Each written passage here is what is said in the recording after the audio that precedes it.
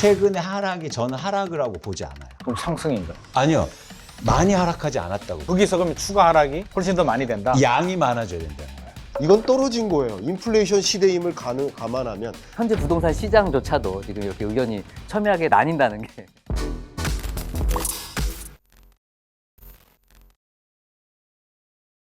안녕하세요. 지식이 되고 돈이 되는 시간, 정재훈의 부동산 클래스 정재훈입니다. 자, 2023년이 얼마 남지 않았습니다. 내년 부동산 시장을 두고 다양한 의견이 좀 엇갈리는 가운데 내년에 또 총선이 있는 해죠. 그래서 정책적인 변수도 예상이 되는 시기이기도 합니다. 그래서 오늘은 국내 최고의 부동산 전문가 세 분을 모시고 2024년 부동산 시장 전망 및 그리고 대응 전략에 대해서 다양한 의견 들어보는 시간 갖도록 하겠습니다. 한양대학교 국제대학원 김광석 겸임 교수님 나오셨습니다. 어서 오세요. 안녕하세요. 반갑습니다. 네, 김인만 부동산 경제연구소 김인만 소장님 모셨습니다. 어서 오세요. 안녕하세요. 자, 그리고 마지막으로 광순의 복덕박 이광수 대표님 어서 오세요. 안녕하세요.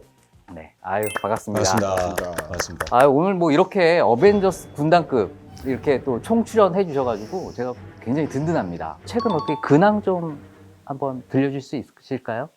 굉장히 바쁘게 지내고 있고요. 그래서 너무 바빠서 좀 많은 분들이 식상하다.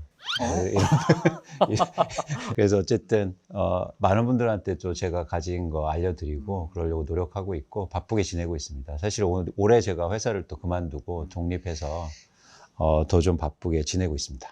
네. 예, 저는 뭐 원래 연말 연초면 좀 바빠져요. 한 일주일에 점심을 한 4번은 차에서 먹는 것 같아요. 네, 그만큼 네, 이동하면서 먹는 거죠. 그래도 오늘 우리 KB 부동산 클래스만큼은 뷔페로 선물해드리는 마음으로 하겠고요. 시장은 이렇게 좀 분위기 좋게 이렇게 하지만 끝날 때는 서로 얼굴 붉히고 인사 안 하고 나가는 느낌으로 할 수 있게 저의 의견을 적극적으로 말씀드릴 수 있도록 하겠습니다. 아유, 감사합니다. 네, 요즘 뭐 분위기가 분위기인 만큼 또 연말이니까 조금 더 바빠지는데요. 저는 두 분 대표님처럼 그 정도 뭐 차에서 밥 먹을 정도까지는 아니고요. 그렇게 바쁘시면 잠깐 쉬우셔도 좋을 것 같습니다. 제가 좀 더 많이 활동을 하도록 하고요. 일단 오늘 이렇게 어벤져스, 제가 평소에 존경하시는 또 두 분하고 같이 방송하게 돼서 더 반갑고 좋은 거는 좋은 거고요. 한치의 양보도 없이 치열하게 한번 해보도록 하겠습니다. 아유, 감사합니다. 자, 이제 본격적인 토론에 앞서서요. 자, 오늘 영상을 보신 후 이제 댓글을 달아주시는 분들께 이제 푸짐한 경품이 준비되어 있습니다. 자세한 내용은 댓글을 좀 참조해 주시기 바랍니다. 자, 먼저 내년 부동산 시장 전망하기에 앞서서요. 세 분 전문가께서 생각하시는 올해 부동산 시장은 어땠는가에 대한 한 줄 정리 한번 좀 부탁드리겠습니다. 이광수 대표님 한번 부탁드릴까요? 2023년은 변곡점에서 나타나는 굉장히 혼란스러운 시장 이렇게 정의하고 있습니다. 사실 여러분들이 이 집값을 볼 때 2013년 혹은 2014년부터 서울 아파트를 중심으로 해서 집값이 상승했는데요. 거의 7, 8년 동안 오른 거죠. 사실 모든 그 현상은 굉장히 긴 기간 동안 올랐는데 갑자기 떨어지는 거 변화하지 않거든요. 혼동스러운 기간이 있단 말이죠. 뭔가 변곡점에서. 그래서 올해는 이런 큰 흐름의 변화하는 그 변곡점에서 굉장히 혼란스러운 시장이었다. 그래서 많이 이렇게 전망하시거나 판단하시기도 혼란스러우실 거예요. 근데 2024년부터는 확실히 방향성을 보이지 않을까 그런 생각 갖고 있습니다. 네, 저는 23년 부동산 시장을 놓고 참 여러 가지 생각을 많이 했는데 풀리지 않은 퍼즐? 이게 뭐냐면 우리나라 국민들께 여쭤보면 뭐 반쯤은 회복세다, 상승한다 이렇게 말씀하시고 또 반 정도는 아직 떨어지고 있다. 언제 회복됐냐? 아직도 계속 떨어지고만 있는데. 근데 좀 안타까운 현상은 저마다 이 부동산 시장을 보시려는 느낌보다는 자기 집을 보는 거죠. 근데 나의 집값을 보면 원래 반 정도 올랐고 반 정도 떨어졌거든요. 그러니까 그런 모습들을 보면 수수께끼를 좀 풀어가야 되는데 완전히 풀리지 않은, 이게 상승 시장이냐 하락장이냐 구분 짓기도 좀 어려운 그런 종류의 시장이지 않나. 근데 지금도 어쨌든 뭐 서울시 각 구별 집값 등락률을 보아도 여전히 계속 상승 반전하지 못한 구가 있고요. 또 어떤 구는 이미 한 5월 정도부터 반등해서 계속 상승하는 흐름을 보이는 구도 있고요. 그러다 보니까 이 부동산 시장이 어떻다라고 얘기하면 반 정도는 동의하고 반 정도는 동의하지 않는 거죠. 그런 시장의 모습이지 않을까라고 생각을 저는 개인적으로 하고 있습니다. 아, 네. 지역 간 차별화 장세가 펼쳐진다 이렇게 이해를 좀 하면 좋을 것 같습니다. 선생님? 네. 저는 일단 올해 1년 시장만 보면 일단 상고하저 흐름을 보였고요. 좀 전체적으로 본다면 아직도 진행 중. 뭐가 진행 중이냐면 나무만 보지 말고 우리가 뭐 몇 달, 1년만 보면 뭐 상고하저 흐름이지만 조금 더 길게 숲을 본다면 그동안 많이 올랐잖아요. 많이 올랐다가 지금 뭐 잠깐 쉬어가는 또 조정되는 타이밍이기 때문에 이상하다 생각할 필요도 없고요. 저는 지극히 정상적인 흐름이다. 그렇게 올랐는데 지금 잠깐 조정이 되고 또 폭등을 한다는 것 자체가 사실 말이 안 되는 시장이고 저는 매우 정상적으로 흘러가고 있다는 느낌입니다. 절대 이상한 시장 아니고요. 이게 오히려 부동산 시장이 건전하다는 그런 이야기이기 때문에 흥분하지도 말고 너무 초조해하지도 말고 차분하게 지켜보면 자연스럽게 다 지나가리라고 생각합니다. 아, 네. 자, 올 상반기는 작년에 비해서 집값과 거래량이 그래도 회복하는 모습을 좀 보이고 있으면서 그래서 잠시나마 좀 하락할 거다라는 이런 의견들이 좀 힘을 잃는 이런 상황으로 좀 보여졌었는데요. 한번 지금까지의 흐름을 한번 정리를 한번 좀 부탁드려도 될까요? 일단 그래프를 보면 좀 느낌이 올 것 같습니다. 제가 나무를 보지 말고 이제 숲을 보라고 제가 말씀을 드렸는데요. KB 통계를 하나 가지고 왔는데 그래프를 보시면 이게 빨간색이 상승이고요. 이제 파란색이 이제 하락으로 나오는데 우리가 알고 있는 흐름하고 똑같습니다. 작년에 집값 많이 떨어졌거든요. 작년 집값 떨어진 데는 뭐 금리, 우리가 많은 분들이 이제 금리라고 이야기를 하는데 금리가 트리거가 된 거는 맞는데 사실 금리가 비싸다고 해서 우리가 집값이 바로 떨어지고 금리가 내린다고 해서 바로 올라가는 시장은 아닌데 2015년에서 2021년까지 이제 집값이 굉장히 많이 올랐는데 사실은 떨어질 때 됐잖아요. 오버슈팅이 좀 됐기 때문에 특히 2020년, 2021년 오버슈팅이 됐으니까 좀 조정이 되긴 돼야 되는데 울고 싶은데 뺨 맞는다고 이게 미국이 갑자기 1년 만에 제로금리에서 고금리로 가다 보니 우리는 항상 예상하는 범주 내를 벗어나게 되면 패닉이라는 게 오거든요. 공포가 지배가 되기 때문에 이건 뭐지? 이런 식으로 가다가는 뭐 큰일 나겠다라는 공포감 때문에 작년 전세 매매가 동반 하락을 했고요. 1월에 집값도 떨어졌죠. 고점 대비 한 30% 정도 떨어졌고 규제도 풀리다 보니 금리 인상도 멈췄고요. 냉정을 찾고 보니 이 정도 금액이면 괜찮은데 내가 안 살 이유가 없잖아. 급매물을 소화를 하죠. 상반기에 거래량이 쭉 늘어납니다. 거래량 늘어나고 변동률 자체도 쭉 올라가는데 하반기 접어드니까 어떤 현상이 생기냐면 이제 결국에는 아파트 시장은 줄다리기 게임이잖아요. 집주인하고 집을 사려는 매수자 간의 줄다리기 게임인데 매수자 입장에서 생각해 보면 10억 하던 집이 7억까지 떨어졌다가 8억 5천 9억까지 올라가니 지금 분위기에서 취득세, 대출이자 뭐 나중에 팔 때 양도세까지 내야 되는데 이게 전고점 10억을 뚫고 11억, 12억 고점 대비 110%, 120%까지 올라가려면 뭔가가 필요하잖아요. 집값 상승에 대한 기대감에 대한 뭔가 이벤트가 필요한데 그게 금리거든요. 금리 내려갈까? 올 초만 하더라도 올 12월 정도 되면 금리 한번 내려가겠지라는 기대감이 있었는데 내년에 내려갈까? 아니야, 내려가. 지금 의견이 분분하기 때문에 지금 딱 그런 상황이고요. 집주인들은 그냥 매물 좀 내놓자.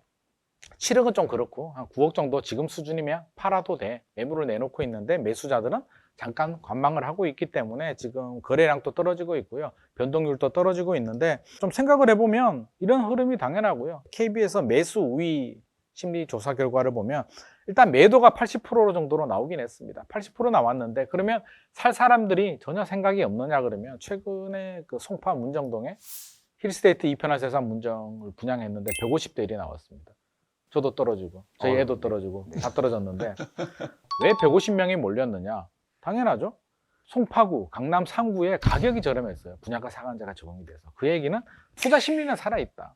투자하고 싶은 마음은 있는데 추가 상승에 대한 기대감을 조금 지켜보자로 생각을 하다 보니 좋은 거 아니면 지금 들어갈 필요가 없는 겁니다. 그래서 지금 잠깐 관망하는 그런 분위기고요. 거래량을 보더라도 확연히 눈에 띄죠. 거래량 좀 줄어들다가 결국에는 호가를 좀 내리게 되면 다시 또 거래량이 늘어나면서 가격 반등을 할 것 같습니다. 내년 시장은. PIR도 제가 살짝 봤는데요. KB는 또 PIR이 잘 나오더라고요. PIR 보더라도 거래량과 거의 똑같은 흐름을 보여주고 있다. 현장 분위기도 마찬가지다. 결국에는 상반기 좀 반등했다가 지금은 굉장히 그 흐름을 따라가기는 부담스러운 상황이기 때문에 현재 전체적인 흐름을 본다면 결국 내년에는 집값 상승에 대한 기대감을 어느 변수가 어떻게 주느냐에 따라서 반등이 되느냐, 추가 하락이 되느냐가 결정될 것 같습니다. 저희가 2023년 시장을 전망하고 그 전에 이제 집값 하락을 얘기할 때 굉장히 전제해야 될 게 한 가지 있는데요. 그러니까 집값이 떨어졌다라는 게 그러니까 어떤 게 하락이냐는 거죠. 저희가 다 부동산 하시니까 제가 한 문제 한번 내볼게요. 한번 생각해 보세요. 10억짜리 10채가 있는데 한 채가 7억으로 떨어졌습니다. 이 경우하고 10억짜리 10채 중에서 3채가 8억으로 떨어졌습니다. 어떤 게 많이 떨어진 거예요? 어떤 게 많이 떨어지냐고요? 소장님 생각하시면 어떤 게 많이 떨어진 겁니까? 추력이 많이 떨어진 거 아닐까요? 박사님 어떻게 네. 생각하세요? 아마 지수상에서는 이제 지수. 평균이다 보니까 8억 떨어진 게 조금 더 많이 떨어진 걸로 아마 나올 거예요. 근데 지수도 사실은 이게 실거래가를 기반으로 해서 설문조사하는 방식이니까 사실 그게 정확히 표현이 안 될 겁니다. 교수님 어떻게 생각하세요? 뭐가 많이 떨어진 겁니까? 저는 어쨌든 거래량과 무관하게 네. 평균적으로 가격이 더 많이 떨어지면 떨어진 거라고 생각합니다. 그러면 후자가? 그렇죠. 그러니까 저는 이게 관점의 차이인데, 네. 그러니까 저는 예를 들어서 집을 사는 분들 입장에서 한번 생각해 보자는 거죠. 그분들이 결국엔 가격을 민감하게 생각할 테니까. 그러면 한 채가 7억 빠진 것보다 3채가 8억 빠진 게 훨씬 더 많이 빠졌다고 전 봐요. 왜냐하면 내가 살 수 있는 아파트가 많아졌잖아요. 그렇죠? 아닌가요? 7억은 살 수가 없었잖아요.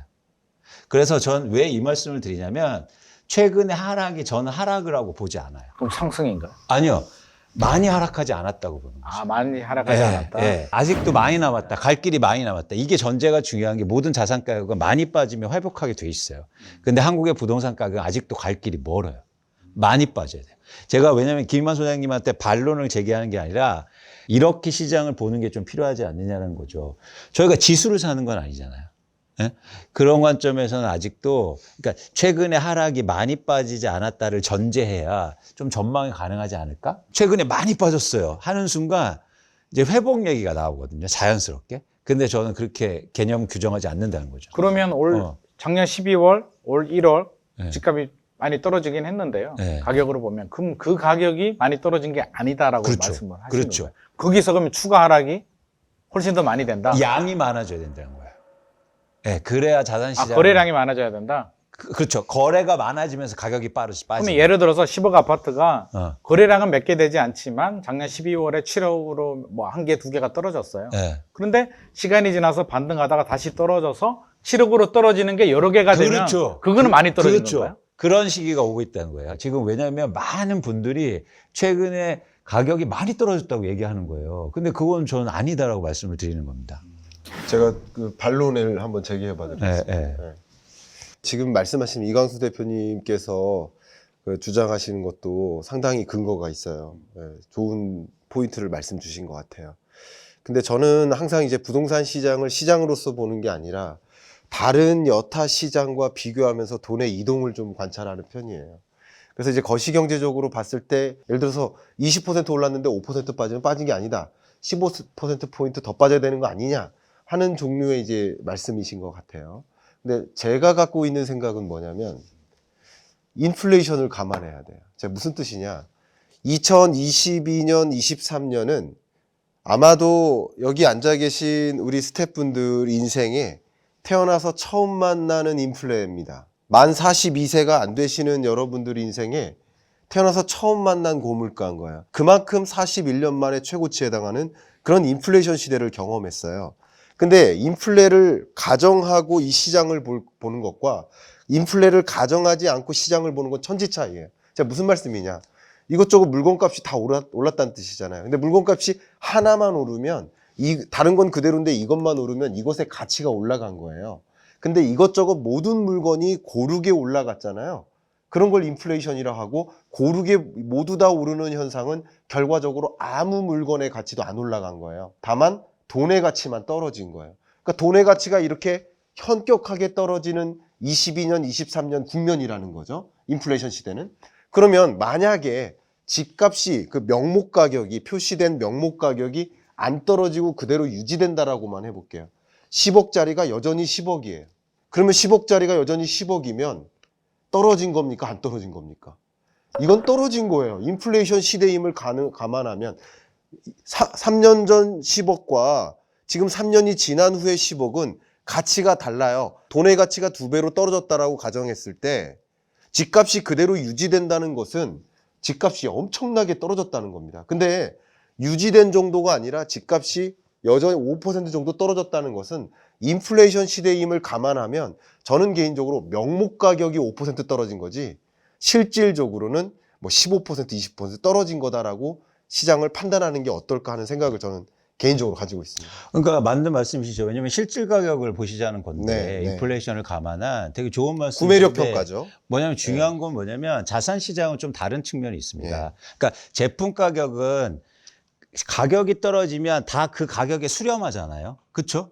예를 들어서 귤 가격이 떨어져요. 아니면 올라요. 그럼 다른 굴 가격이 수렴하잖아요. 근데 자산 시장은 그렇지 않아요. 하나만 떨어졌을 때는 수렴하지 않고 나머지는 안 빠지고 있다고요. 그렇잖아요. 거래가 안 되니까. 그러니까 제품 가격은 이거의 제품 가격이 바뀌면 다른 제품 가격도 바꿔야 돼요. 근데 이건 그렇지 자산 시장은 안 그렇거든요. 특히 부동산 시장은. 그래서 우리가 가격 하락을 얘기하거나 상승을 얘기할 때 양이 중요하다는 겁니다. 네. 결국에는 이제 부동산 시장의 특성상 거래가 좀 빈번하지 않기 때문에 어떤 거래량이 동반된 어떤 가격의 이런 조정에 대한 현재 부동산 시장의 의견도 좀 많이 다른 거라고 제가 좀 이해를 좀 하고 있는데요. 결국에는 뭐 우리 뭐 소장님 말씀대로 관망세 형태다 아니면 교수님 말씀대로 지금 하락을 했다. 우리 대표님 말씀대로 아니다. 아직 하락하려면 더 남았다. 이런 그렇죠. 의견으로 지금 제가 맞습니다. 현재 부동산 시장조차도 지금 이렇게 의견이 첨예하게 나뉜다는 게 굉장히 좀 놀라운데요. 정리를 잘 하셨는데요. 그런가요? 굉장히 집중해서 들었습니다. 좋습니다. 자, 그럼 이제 이 여세를 좀 몰아가지고 뭐 내년도 부동산 시장 상승할 것인지 하락할 것인지 바로 의견 한번 좀 여쭙는 시간 한번 가져보도록 하겠습니다. 김강석 교수님부터 한번 부탁드릴까요? 네, 저는 물론 강보합인데요. 그러니까 24년에 이 부동산 시장을 놓고 봤을 때 강하게 상승하거나 강하게 하락할 만한 요인은 크지 않아요. 물론 강하게 하락할 요인이 있다라고 한다면, 그러니까 폭락이라는 표현을 만약에 쓸 거라고 한다면 경제 위기를 전제해야 돼요. 근데 저는 경제 위기라고 이렇게 가정하지 않습니다. 그 세계 어떤 국제 기구도 한국 경제 성장률을 내년에 뭐 마이너스로 전망하는 데는 없어요. 국내 어떤 경제 기관도 한국 경제 성장률을 마이너스로 전망하지 않아요. 저는 경제 위기가 아니라 경기 침체 국면이라고 전제를 하고요. 그리고 우리가 우려하는 부동산 PF 부실이나 가계부채 문제, 이게 터지지 않는 한 오히려 가격 상승 요인이에요. 왜냐하면 이 요인이 계속 남아 있을수록 금리를 인하해야 될 요인이 되거든요. 그런 면에서 이것은 오히려 이런 부실 문제가 존재한다면, 터지지 않고 존재한다면, 그렇다면 이것은 가격 상승 압력이라고 생각하고요. 그리고 자산시장 관점에서 뭐 제가 아까 말씀드린 대로 강한 상승 시장은 될 수 없지만 강보합에 가까운 흐름이라고 생각을 합니다.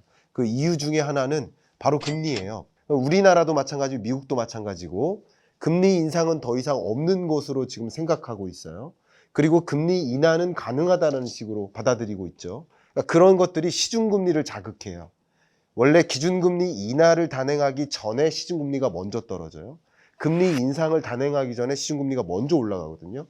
이런 것들을 생각해 보면 시중금리가 2024년에 금리 인하가 있든 없든 상관없이 금리 인하에 대한 기대감을 많이 갖고 있는 국면에서 시중금리가 반영이 될 것이고, 특히 10월, 11월 이쯤에 그 중동전쟁이 터지고 미국 셧다운 우려가 생기면서 이런 여러 가지 일들 때문에 미국 국채금리가 치솟으면서 시중금리가 전반적으로 올라갔거든요. 이걸 일시적인 것으로 보냐, 구조적인 것으로 보느냐, 어떤 비유가 다를 수 있겠지만 일시적으로 금리가 치솟았고 다시 하향 안정화되는 흐름을 보이고 미국 국채금리도 다시 떨어졌죠. 그러니까 떨어지는 흐름을 가정하고 있기 때문에 저는 개인적으로 이런 흐름을 반영해서 다시 매수 심리가 반영되고 구매 여력도 회복되는 그런 흐름으로 보고 있기 때문에 시장이 뭐 강한 상승은 아닐지라도 강보합에 가까운 흐름을 24년에 보일 것이다 생각하고 있습니다.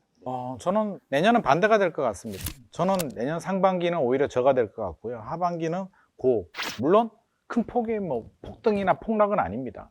교수님 말씀하신 것처럼 경제 위기는 없다. 라는 게 전제 조건으로 기본적으로 깔려야 되고요. 가장 중요한 변수가 이제 금리가 되는데 금리 변수를 잠깐 뺀다면 내년 1월 총선 앞두고 정부가 규제를 풀어가지고 집값 부양에 나서기는 굉장히 부담스러운 상황입니다.